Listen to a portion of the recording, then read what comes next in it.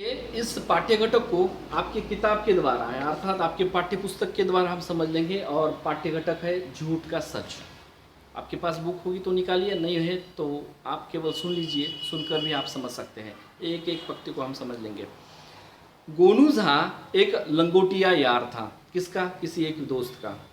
गोनू झा एक लंगोटिया यार था, वह उनके सुख दुख का साथी था और उससे कभी मनमुटाव भी नहीं हुआ था। एक दिन उसने गोनू झा से कहा, एक दिन उसने का मतलब होता है वह दोस्त ने, ठीक है। जो दो पात्र यहाँ पर है, एक दोस्त और दूसरा गोनू झा। एक दिन उसने गोनू झा से कहा कि मित्र, सभी लोग तुम्हारा लोहा मानते हैं। लोहा मानना का मतलब होता है हार मानना या फिर उसका प्रभुत्व स्वीकार करना या फिर उसके बात को मान लेना। सभी लोग तुम्हारी बात मान लेते हैं, तुम कैसे किसी दोस्त को दुश्मन, दुश्मन को दोस्त, मूर्ख को विद्वान और साधु को ठग तथा बेईमान को ईमानदार भी सिद्ध कर सकते हो? ये कैसे कर सकते हो तुम? और यह बात मेरे समझ में नहीं आती, तुम कैसे करते हो? गोनू झा ने सहज भाव से कहा, मैं किसी को एक नज़र में ही पहचान सकता हूँ दोस्त, और वह आदमी अच्छा है कि बुरा है। तदनुसार उस पर मेरी धारणा बदमूल होती है। बदमूल धारणा होना इसका मतलब है कि अटल धारणा होती है। स्थिर विचारों से वह पहचान सकता है कि वह आदमी कैसा है। अगर कोई परिस्थितिवश झूठा अथवा बेईमान बन भी जाता है या बन भी जाता है, जबकि उसका चरित्र वैसा नहीं होता। परिस्थिति के अनुसार कोई झूठ बन जाता है तो उसका चरित्र वैसा नहीं होता। वह किसी कारणवश परिस्थिति के दबाव में आकर वह काम करता है या फिर वैसा झूठ बन जाता है, तो मैं उसे सुधारने का अवसर देता हूँ। उसी प्रकार कोई मक्कार या पाखंडी ऐसा आदमी हो तो उसकी पाखंडता को, उसकी मक्कारी को, उसकी धूर्तता को, उसके बुरेपन को मैं उद्घाटित कर सकता हूँ, यानी कि उसकी पोल खोलता हूँ। उसने उत्सुकता से पूछा, यानी कि दोस्त ने अपने उस झा से उत्सुकता से पूछा कि गोनू झा से कि मेरे बारे में तुम्हारी क्या धारणा है दोस्त? तो गोनू झा ने अनमने भाव से कहा कि तुम तो अजीज दोस्त हो मेरे। अजीज यानी कि प्रिय, अजीज दोस्त हो, इसलिए तुम्हारे बारे में धारणा क्या बनानी है, तुम तो अच्छे हो। और उसने जोर देते हुए कहा कि फिर भी मेरे बारे में बता देना। तो गोनू झा क्या करता है? गोनू झा ने चिंता प्रकट करते हुए कहा कि तब मुझे शंका हो रही है कि हमारी दोस्ती दुश्मनी में बदल सकती है या फिर बदल न जाए, यह भी हो सकता है। नाना, इतने दिनों की यारी और तुमसे दुश्मनी कर लूँगा? नहीं, ऐसा हो ही नहीं सकता। ये दोस्त कहता है बड़ी इसके साथ कि दम भर के कि नहीं, ऐसा नहीं हो सकता कि मैं आपके साथ दुश्मनी नहीं कर सकता, यानी कि गोनू झा के साथ नहीं कर सकता। तो गोनू झा कहता तो ठीक है, मैं सोच रहा हूँ, गोनू झा ने कहा। तो आगे क्या होता है देखो। वह दोस्त अक्सर गोनू झा से यही प्रश्न करता और गोनू झा टाल देता था कि मैं अपने कामों में लगा हूँ, समय आने पर मैं तुम्हें बता दूंगा कि किस प्रकार मैं ये करता हूँ। और मिट्टी के 1000 सिक्के दे सकते हो? ऐसा उसने पूछ लिया कि क्या तुम मुझे मिट्टी के 1000 सिक्के दे सकते हो? तो अभी 500 चाहिए और शेष यानी कि रह चुके 500 बाद में कभी दे देना। तो वो कहता है ठीक है। तो पहले देखिए क्या संकोच होता है उसे देने के लिए। मित्र ने पहली बात टालनी चाहिए। पहले तो उस मित्र ने यानी कि दोस्त ने बात को टालना चाहा, लेकिन काम कुछ बड़ा नहीं था, बहुत आसान था। और गोनू झा जैसा परम मित्र जो न जाने कैसा कैसा स्वांग भरता रहता है, इसलिए उसने हामी भर दी। कैसा कैसा स्वांग भरना यानी कि कुछ ऐसे खेल मजाक में बता देना या फिर नकल करना। इसलिए उसने भी ठीक है, उसने बता दिया तो मैं भी कर लूँगा, ऐसा करके उसने हाँ कहा। हामी भरना का मतलब होता है स्वीकृति करना, स्वीकृति दे देना कि मैं करूँगा, दे दूँगा तुम्हें 500 पहले मुद्राएं। मित्र शीघ्र ही 500 सिक्के देने आ गया। वह उसके पास 500 सिक्के उसने बना लिए पहले मिट्टी के, और शीघ्र का मतलब होता है उसी समय नहीं, लेकिन अब यहाँ पर तो शीघ्र का मतलब है कि उसी समय दे देना, लेकिन हालांकि उसके पास तैयार कैसे रहेंगे, नहीं, दूसरे दिन उसे कहते हैं शीघ्र, है ना। 4 5 या 10 दिनों का अवधि रहा या फिर लगा तो वो देर से दे देना, ऐसा होता है। उसी दूसरे दिन ही देना, पहले दिन पूछ लिया, दूसरे दिन देना या फिर शाम तक दे देना, वह शीघ्र हो गया। तो ऐसे शीघ्र ही उसने 500 सिक्के दे दिए और गोनूजा ने चौंकते हुए कहा कि मित्र तुम भी कितने नालायक हो। क्यों? क्योंकि सिक्के तो दे रहे हो लेकिन बटुआ कितना गंदा है, बटुआ आकर्षक चाहिए। वो कहते हैं बटुआ आकर्षक दीजिए, आकर्षक बटुआ, जैसे लगे कि तुम सुवर्ण मुद्राएं ही उसमें रखे हुए हैं। तो आकर्षक का मतलब होता है लुभावना बटुआ चाहिए, बटुआ का मतलब होता है छोटी सी थैली वो मुद्राएं रखने की। तो आकर्षक बटुआ दे दो। तो वो कहता है गोनूजा ने कुछ दिनों के लिए शेष सिक्कों का, अब देखिए वह आकर्षक बटुआ दे देता है और वह भी मान गया, इसका मतलब दे दिया उसने। फिर क्या होता है, गोनूजा ने कुछ दिनों के लिए शेष सिक्कों का तगादा लगाना छोड़ दिया। शेष सिक्कों का यानी कि जो बाकी के 500 रह चुके थे वह देने का उसने छोड़ दिया, इतनी जल्दी नहीं दे दिया उसने। क्या हुआ फिर, नहीं मतलब मांगे नहीं, तगादा का मतलब होता है मांग लेना या फिर उसके लिए उसके बारे में बार बार कहना कि दे दो करके, है ना। तो फिर क्या हुआ कि फिर किसी के समक्ष दोस्त को देखकर, किसी के समक्ष यानी कि 2 4 लोगों के सामने देखकर, अपने दोस्त को देखकर वे कहते थे याद है ना 500 सिक्के बाकी है तुम्हारी तरफ। तो मित्र कभी हंसकर तो कभी खींचते हुए कहता था कि हाँ हाँ रोज रोज क्या तगाता लगाते हो दोस्त, कभी तो दे ही दूंगा। और एक दिन गोनूजा ने पंचायत बुला ली। क्या होता है देखो, गणमान्य लोग उपस्थित हुए, गणमान्य यानी कि वरिष्ठ लोग, और वो जो प्रचलित है प्रसिद्ध है वहाँ के ऐसे वरिष्ठ लोगों को उन्होंने बुला लिया गांव के।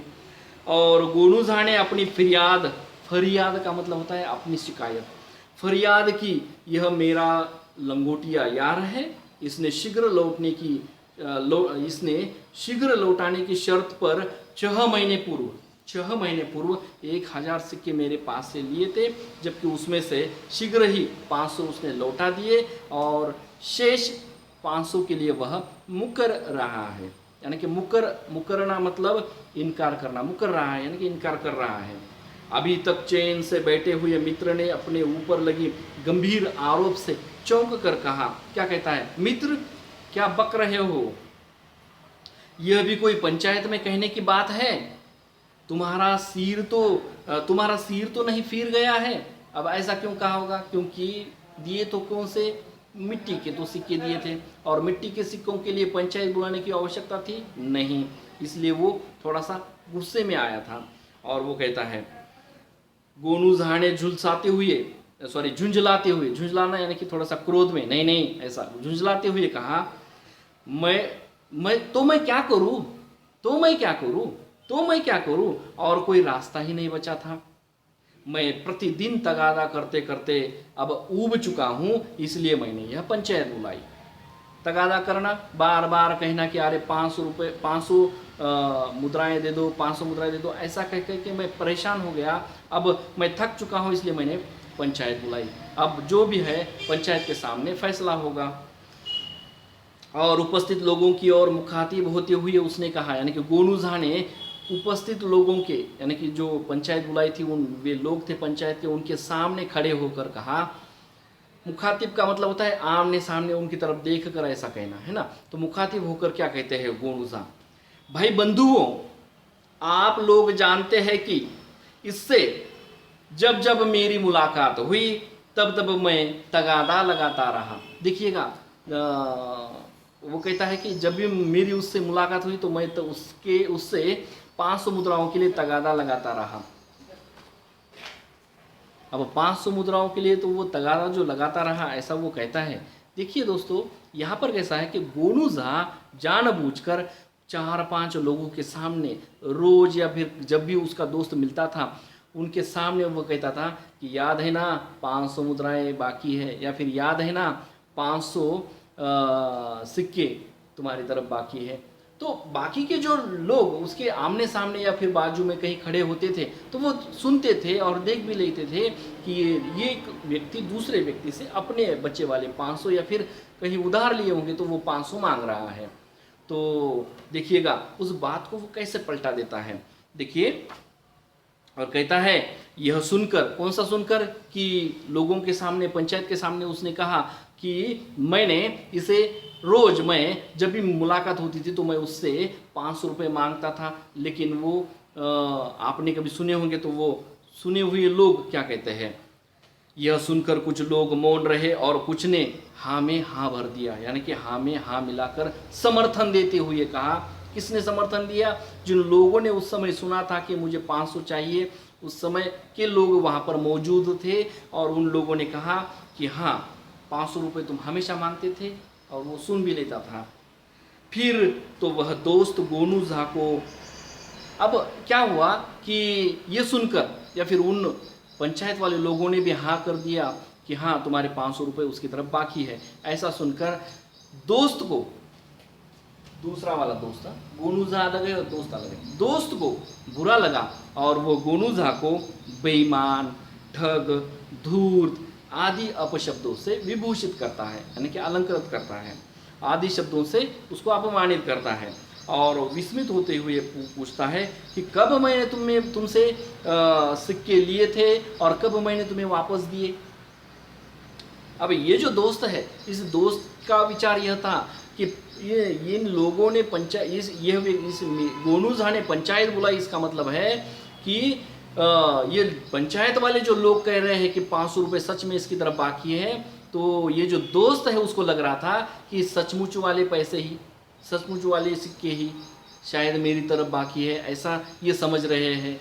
और इसलिए अपनी बात का समर्थन करने के लिए वो कहता है कि तुम झूठ बात कर रहे हो गोनू झा, ये झूठ है कि मैंने तुम्हारे पास से कब पैसे लिए थे और कब मैंने वापस भी लौटा दिए, और कितने कुछ जो बाकी है वो लौटाने की भी बाकी है। वो सच वाले पैसों के बारे में बात कर रहा था, लेकिन हालांकि ये मिट्टी के पैसों के बारे में ये गोनू झा बात कर रहा था, लेकिन बीच में बात मिट्टी की नहीं आती, लेकिन ये मिट्टी की बात छेड़ता है। देखिए क्या होता है आगे। उसने बेहिचक कहा, है तो मेरा ही, है तो मेरा ही, पर इसमें मैंने मिट्टी के सिक्के दिए थे, है ना। वो जब बटुआ दिखाता है, कौन? गोनू झा। गोनू झा बटुआ दिखाता है कि तूने नहीं दिए थे मुझे 500 वापस, तो देख ये बटुआ, बटुए में 500 सिक्के हैं। तो वो कहता है, वो दोस्त कहता है, अरे मैंने तो, ये तो बटुआ मेरा है, हाँ ये सच है, लेकिन मैंने तुम्हें मिट्टी के 500 सिक्के वापस दिए थे। तो वो गोनू झा देखो उस बात को कैसे फेर लेता है, घुमाता है। गोनू झा ने उपहासात्मक मुद्रा में हंसते हुए कहता है, मजाक में हंसते हुए कहता है, हाँ हाँ लीजिए, मेरी मती जब मारी गई हो, क्या मैं बच्चा हूँ कि मिट्टी के सिक्कों से खेल रहा, मैं मिट्टी के सिक्कों से खेल करूँ और उसके पास से मिट्टी के सिक्के मांगूँ या फिर उसको मिट्टी के सिक्के दूँ और मिट्टी के सिक्के वापस लूँ? क्या मैं बच्चा हूँ छोटा सा? गलत। तो सामने बैठे हुए लोगों को सच लगता है कि हाँ गोनू झा ने मिट्टी के 1000 सिक्के थोड़े ही इसको बना कर दिए होंगे, या फिर ये गोनू झा थोड़ा ही बच्चा है, तब कहीं जाकर कि ये बच्चे वाले 500 सिक्कों के लिए तगादा लगा रहा है, इसका मतलब सच के पैसे होंगे वो। देखिए क्या होता है कि उनका समर्थन करते हुए सरपंच कहते हैं, गोनू जी आप ठीक कह रहे हो, भला यह मिट्टी के सिक्कों को लेकर क्यों ऐसा करेंगे या फिर बोलेंगे, इसलिए यथाशीघ्र इनके शेष पैसे वापस देना। सरपंच दोस्त को कहता है, शेष बचे हुए इनके पैसे वापस दे देना और शीघ्र दे देना, नहीं तो सूद के साथ लौटाने पड़ेंगे। तो क्या होता है देखिए, क्षुब्ध क्रुद्ध होकर सिक्के वापस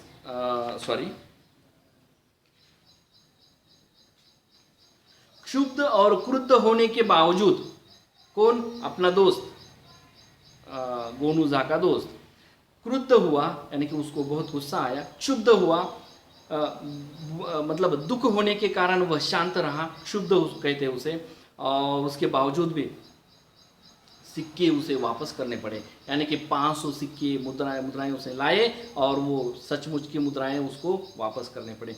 बदनामी और बेइज्जती तो हुई, वह अलग बात है, अपमान हुआ वह तो अलग बात है, लेकिन सच के 500 रुपये भी उस गोनूजा को देने पड़े।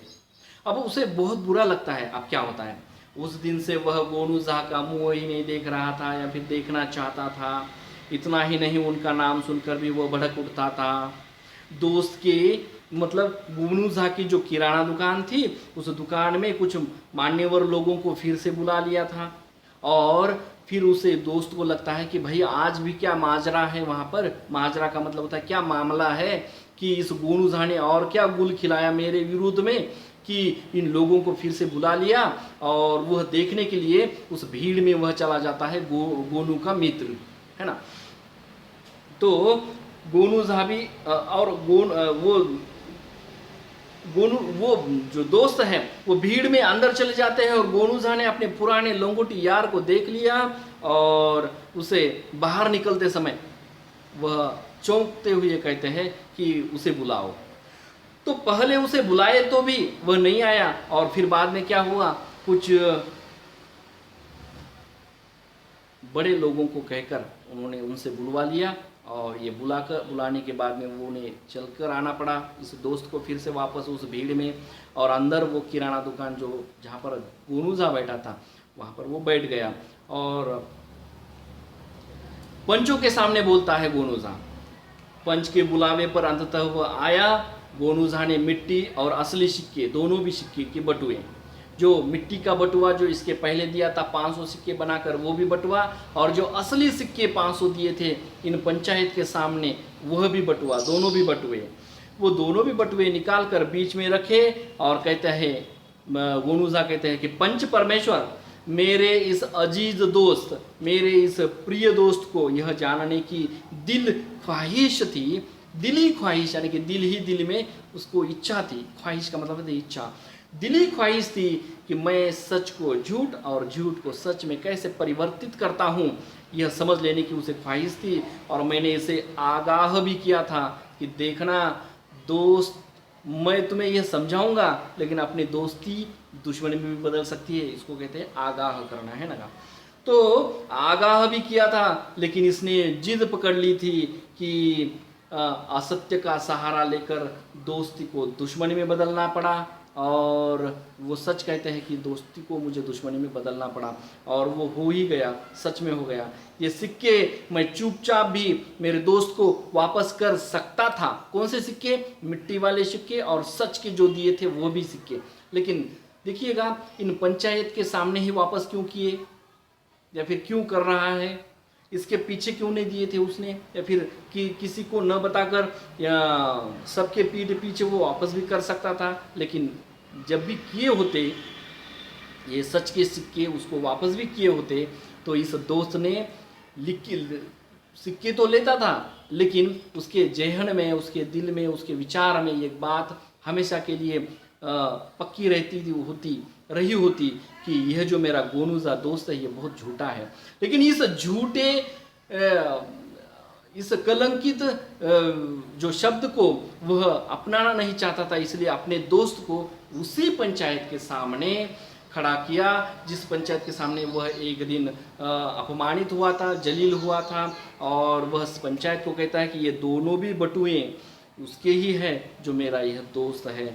और वह कहता है कि ये सिक्के मैं चुपचाप भी वापस कर सकता था, किंतु सभी के सामने यह जलील हुआ था, सबके सामने यह अपमानित हुआ था, इसलिए आप लोगों के समक्ष ही मैं उसको लौटाना उचित समझ रहा हूँ, इसलिए आपके सामने उसको यह सिक्के देता हूँ या फिर दे रहा हूँ। और फिर ये जो गोनूजा है अपने मित्र को आगे लेते हैं और कहता है, दोस्त अब तो समझ गया ना कि मैं कैसे झूठ का सच और सच का झूठ करता हूँ, अब तो मुझे समझने में देर न लगेगी ना तुझे। और दोनों भी खुश होते हैं, लेकिन दोनों भी अपने अपने आँखों के आंसू साफ कर लेते हैं, उनके पोंछ लेते हैं, है ना। और मात्र बाद में वो दोनों भी गले लग जाते हैं और हंसी खुशी से फिर से उनकी दोस्ती आरंभ होती है। देखिएगा दोस्तों, ये जो है पाठ्य घटक कुछ बातें जो व्यवहार की बातें होती है, वो व्यवहार की बातें ज्ञान जिस प्रकार हम बांटते हैं वैसे ज्ञान बांटने से वो समझ में नहीं आती, इसलिए व्यवहार की बातें कुछ ऐसे अनुभव से ही समझी जाती है। यह पाठ्य घटक हमें इस प्रकार का बोध देता है कि कुछ अनुभवों से ही हम कुछ समझ सकते हैं और अनुभवों से ही हम व्यवहार की कुछ बातें समझ सकते हैं। इतना ही नहीं बल्कि किस प्रकार व्यवहार में कुछ लोग चतुर होते हैं, इसके लिए क्या आवश्यक होता है, तो उसके लिए आवश्यक होता है कि पहले अपना जीवन जीते समय जो भी समस्याएं आती है उन समस्याओं को समझ लेना, सुलझना, उसका हल कर लेना, समस्याएं और कठिनताओं को अपनाना, यानी कि अपने में रखना, और ये जो समस्या है आगे करके भी आ सकती है ये समझ लेना, उसे हम कहते हैं अनुभव। इस अनुभवों से हम जिंदगी जीना सीखते हैं।